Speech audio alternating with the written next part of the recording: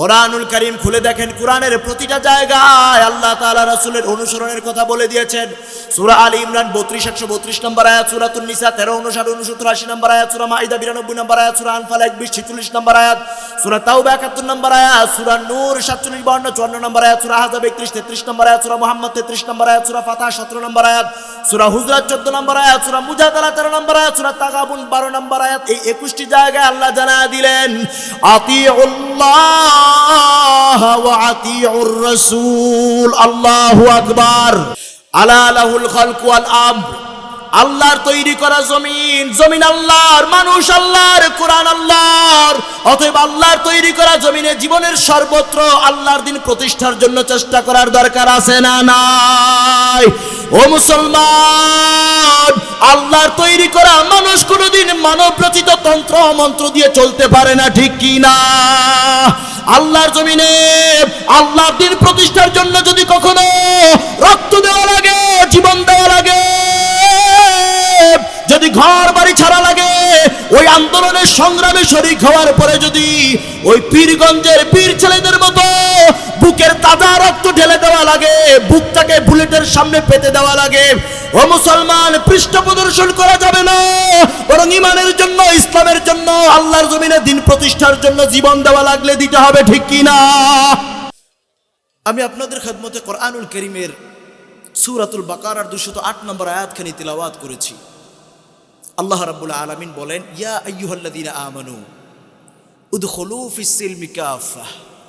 আল্লাহ বলছেন, ও believers, enter into ইসলাম completely, enter into ইসলাম perfectly. আল্লাহ বলছেন, উদখুলু ফিস সিলমি কাফা, ইসলামের মধ্যে পরিপূর্ণভাবে, পূর্ণাঙ্গ রূপে প্রবেশ করো। সুবহানাল্লাহ পড়েন। আজকে অবক্ষয়ের ক্যান্সার সমাজের রন্ধ্রে রন্ধ্রে রক্তের প্রতিটি ফোঁটাকে বিষাক্ত করে তুলেছে, ঠিক কিনা বলেন? এই অবক্ষয়ের এই ক্যান্সার নামক তাহতাস সারা থেকে মানবতাকে জান্নাতুল ফেরদাউসের আলোকিত রাস্তাটা দেখানোর জন্য কোরআন বারবার মানবতাকে ডেকে বলছেন, ইমানদারদেরকে ডেকে ডেকে বলছেন, ইয়া আইয়ুহাল্লাযীনা আমানু, হে ইমানদারেরা, উদখুলু ফিস সিলমি কাফা, ইসলামের মধ্যে পরিপূর্ণরূপে প্রবেশ করো। সুবহানাল্লাহ। অতএব ইসলামী জিন্দেগি গঠনের জন্য, ইমানি জিন্দেগি গঠনের জন্য যতগুলো মূলনীতি আছে, ছোট ছোট করে দু একটি মূলনীতি আপনাদের সামনে তুলে ধরার চেষ্টা করব। প্রথম মূলনীতি হলো লিল্লাহিয়াত। সবকিছু শুরু করব কার সন্তুষ্টির জন্য? আমার ভাইয়েরা, বন্ধুরা, আল্লাহর বান্দা বান্দি ইমানি ইসলামী জিন্দেগি গঠন করার জন্য সর্বপ্রথম মূলনীতি হলো লিল্লাহিয়াত। বান্দার সব কিছুর জন্য উদ্দেশ্য থাকবে একমাত্র আল্লাহর সন্তুষ্টি, ঠিক কিনা? আল্লাহ রাব্বুল আলামিন বলেন, কুল ইন্না সলাতি ওয়া নুসুকি ওয়া মাহইয়ায়া ওয়া মামাতি লিল্লাহি রাব্বিল আলামিন। আল্লাহু আকবার। নামাজ আমার তোমারই জন্য, কুরবানি গো তোমারই জন্য, বেঁচে থাকা মরে যাওয়া, রাজপথ মিছিল করা, জেল খাটা জরিমানা তোমার জন্য। নামাজ আমার তোমারই জন্য। আল্লাহু আকবার। ও মুসলমান, সিদ্ধান্ত নেওয়া লাগবে, ইন্না সলাতি ওয়া নুসুকি ওয়া মাহইয়ায়া ওয়া মামাতি লিল্লাহি রাব্বিল আলামিন। আল্লাহু আকবার। আমার জীবন, আমার মরণ, আমার বেঁচে থাকা, আমার মরে যাওয়া, জীবনের সর্বক্ষেত্রে সকল পদক্ষেপ হবে একমাত্র আল্লাহর সন্তুষ্টির জন্য, ঠিক কি না? আর দ্বিতীয় পদক্ষেপ, দ্বিতীয় মূলনীতি হলো ইতাআতুর রাসূল। আল্লাহর রাসূল সাল্লাল্লাহু আলাইহি ওয়াসাল্লামের ইতাআত করা, সুন্নাহর অনুসরণ করা। বুখারী 9ম খণ্ড 114 নম্বর পৃষ্ঠা, হাদিস নাম্বার 7280। রাসূল সাল্লাল্লাহু আলাইহি ওয়াসাল্লাম বলেছেন, কুল্লু উম্মতি ইয়াদখুলুনাল জান্নাহ, আমার সব উম্মত জান্নাতি, ইল্লা মান আবা, শুধুমাত্র যারা আবা তারা ব্যতীত। সাহাবায়ে কেরাম বললেন, ওয়ামান ইয়াবা ইয়া রাসূলুল্লাহ, ওগো নবীজি আবা কারা? হুজুর বললেন, মান আতাআনি দাখালাল জান্নাহ, যারা আমি রাসূলুল্লাহর ইতাআত করবে, আনুগত্য করবে, জান্নাতি। ওয়ামান আসানি ফাকাদ আবা। আল্লাহু আকবার। কোরআনুল কারীম খুলে দেখেন, কোরআনের প্রতিটা জায়গায় আল্লাহ তাআলা রাসূলের অনুসরণের কথা বলে দিয়েছেন।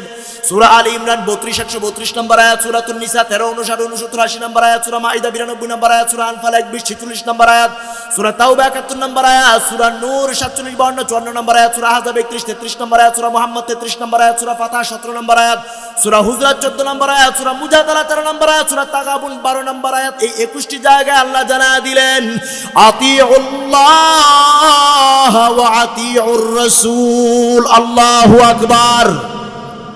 অতএব জীবনের সর্বত্র আল্লাহ তাআলার সন্তুষ্টি এবং রাসূলের অনুসরণ। তৃতীয়ত হলো ইকামতে দ্বীন।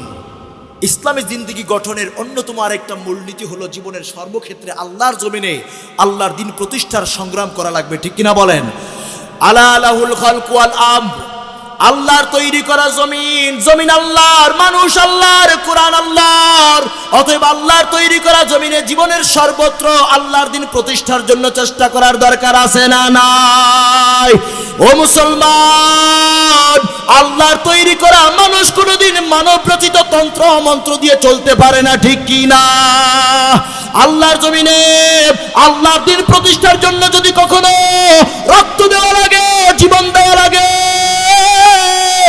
যদি ঘর বাড়ি ছাড়া লাগে, ওই আন্দোলনের সংগ্রামে শরীক হওয়ার পরে যদি ওই পীরগঞ্জের পীর ছেলেদের মতো বুকের তাজা রক্ত ঢেলে দেওয়া লাগে, বুকটাকে বুলেটের সামনে পেতে দেওয়া লাগে, ও মুসলমান, পৃষ্ঠ প্রদর্শন করা যাবে না, বরং ইমানের জন্য, ইসলামের জন্য, আল্লাহর জমিনে দ্বীন প্রতিষ্ঠার জন্য জীবন দেওয়া লাগলে দিতে হবে, ঠিক কি না? আল্লাহর জমিনে আল্লাহর দ্বীন প্রতিষ্ঠা হবে, এটাই স্বাভাবিক।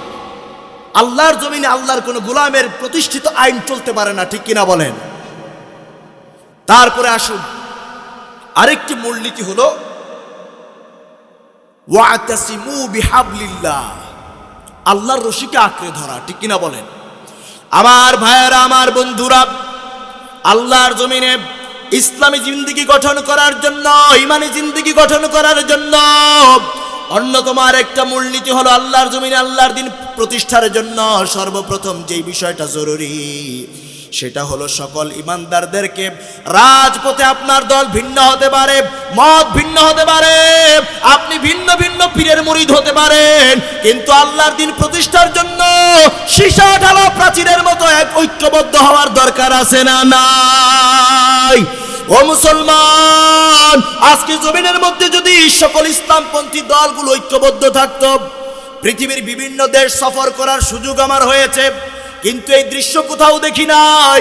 আমি সাইপ্রাসে দেখলাম, বেলজিয়ামে দেখলাম, জার্মানিতে দেখলাম, সুইজারল্যান্ডে দেখলাম, নেদারল্যান্ডে দেখলাম, তারা তাদের ধর্মগুরুদেরকে কত সম্মান করে মর্যাদার আসনে রাখে, ঠিক কিনা?